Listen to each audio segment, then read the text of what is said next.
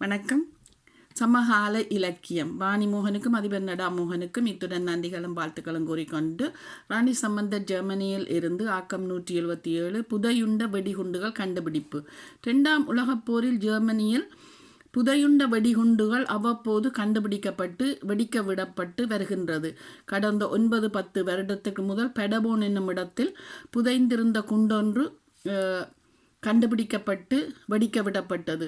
இப்போது முன்சென் நகரிலும் ரயில் நிலையம் தோண்டும் போது கூட வெடித்து 4 பேர் 2ஆம் உலகப் போர் குண்டு ஒன்று வெடித்து 4 பேர் காயப்பட்டுள்ளனர்.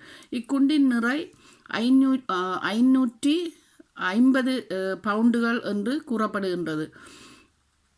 இதுவோ ஆண்டொன்றுக்கு 2000 தொன் வெடிகுண்டுகள் 2ஆம் உலகப் போரின் போது வீசப்பட்டவை தொடர்ந்து கண்டுபிடிக்கப்பட்டே வருகின்றன. உலகப்போர் முடிந்து 76 ஆண்டுகள் கடந்தும் அவ்வப்போது சில இடங்களில் அன்று வீசப்பட்ட குண்டுகள் இன்றும் பிடித்திடவே அந்த இடத்துக்கு மக்களை அகற்றி அதை வெடிக்க வைக்கின்றனர்.